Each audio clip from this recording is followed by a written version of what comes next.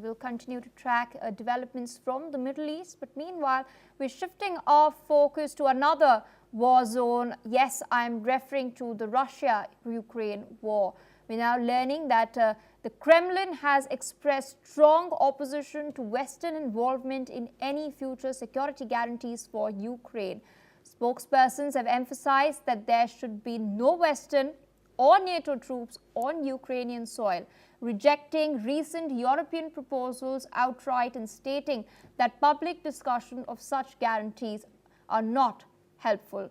Moscow also downplayed the effectiveness of her current discussions, stating that high-level meetings must be carefully prepared in order to be productive.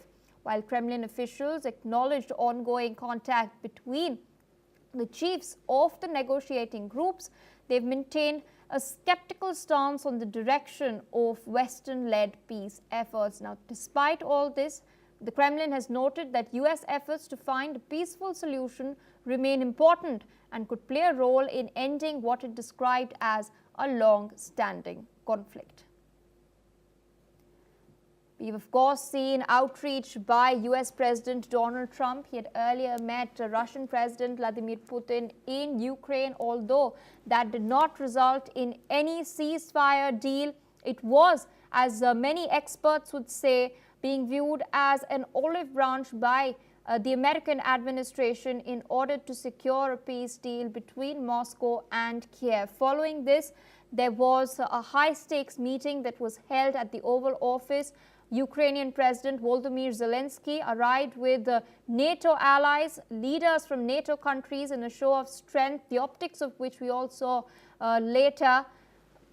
But there was a lot of discussion about security guarantees for Ukraine. Trump has ruled out sending boots on the ground, but aerial support has not yet been ruled out. There's been a lot of discussion, reports coming in that Budapest was apparently chosen and was being eyed as one of the sites for a trilateral discussion that was proposed by Donald Trump.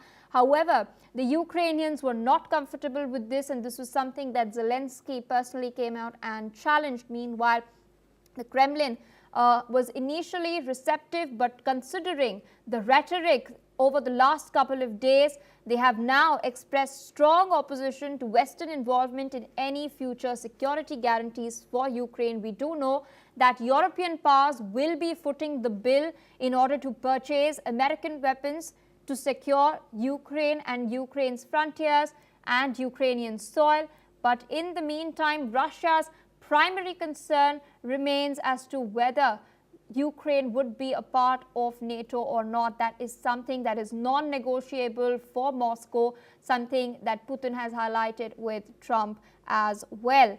Meanwhile, this is, of course, the latest that we're tracking. We're now learning that the Kremlin has expressed strong opposition to Western involvement in any future security guarantees in Ukraine. We're also learning now that the Kremlin has confirmed that a